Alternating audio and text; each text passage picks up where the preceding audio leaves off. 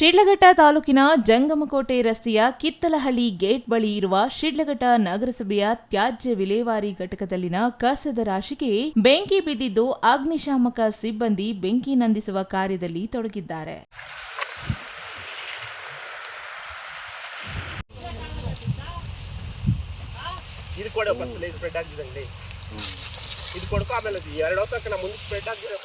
ಶಿಡ್ಲಘಟ್ಟ ನಗರದಲ್ಲಿ ಸಂಗ್ರಹಿಸಿ ತ್ಯಾಜ್ಯ ವಿಲೇವಾರಿ ಘಟಕದಲ್ಲಿ ಹಾಕಿದ್ದ ಕಸದ ರಾಶಿಯಲ್ಲಿ ಗುರುವಾರ ಬೆಳಗ್ಗೆ ಬೆಂಕಿ ಕಾಣಿಸಿಕೊಂಡಿದ್ದು, ಅಲ್ಲಿನ ಕಾವಲುಗಾರ ಅಗ್ನಿಶಾಮಕ ಮತ್ತು ತುರ್ತು ಸೇವೆಗಳ ಠಾಣೆಗೆ ವಿಷಯ ಮುಟ್ಟಿಸಿದ್ದಾನೆ. ಶಿಡ್ಲಘಟ್ಟ ಹಾಗೂ ಚಿಕ್ಕಬಳ್ಳಾಪುರ ಜಿಲ್ಲಾ ಕೇಂದ್ರದಿಂದಲೂ ತಲಾ ಒಂದು ಅಗ್ನಿಶಾಮಕ ವಾಹನ ಸ್ಥಳಕ್ಕೆ ತೆರಳಿ ಬೆಂಕಿ ನಂದಿಸುವ ಕೆಲಸ ಮಾಡಿದ್ದಾರೆ.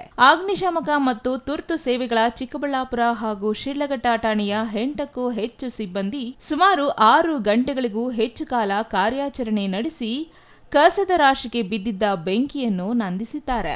ಚಿಕ್ಕಬಳ್ಳಾಪುರ ಜಿಲ್ಲಾ ಕೇಂದ್ರದಿಂದ ಆಗಮಿಸಿದ್ದ ವಾಹನ 16,000 ಲೀಟರ್ ಸಾಮರ್ಥ್ಯದ್ದಾಗಿದ್ದರೆ, ಶಿಡ್ಲಘಟ್ಟದ್ದು 4,500 ಲೀಟರ್ ನೀರಿನ ಸಾಮರ್ಥ್ಯದ್ದು. ಎರಡೂ ವಾಹನಗಳು ಸುಸ್ಥಿತಿಯಲ್ಲಿ ಇರದ ಕಾರಣ ಬೆಂಕಿ ನಂದಿಸಲು ಸಿಬ್ಬಂದಿ ಪರದಾಡುವಂತಾಯಿತು. ಈ ಸಂದರ್ಭದಲ್ಲಿ ಅಗ್ನಿಶಾಮಕ ಠಾಣಾಧಿಕಾರಿ ಕದಿರಪ್ಪ, ಸಿಬ್ಬಂದಿ ಮುನಿಕೃಷ್ಣ, ಸಂದೀಪ್, ಅಶೋಕ್, ಸುರೇಶ್, ಉಮೇಶ್, ಚಿಕ್ಕಬಳ್ಳಾಪುರ ಠಾಣೆಯ ಅಸ್ಲಾಂ, ಒಲ್ಲಪ್ಪಗೌಡ ಇನ್ನಿತರರು ಕಾರ್ಯಾಚರಣೆಯಲ್ಲಿ ಭಾಗವಹಿಸಿದ್ದರು. ಛಾಯಾ ರಮೇಶ್, ಸಿಟಿವಿ ನ್ಯೂಸ್, ಶಿಡ್ಲಘಟ್ಟ.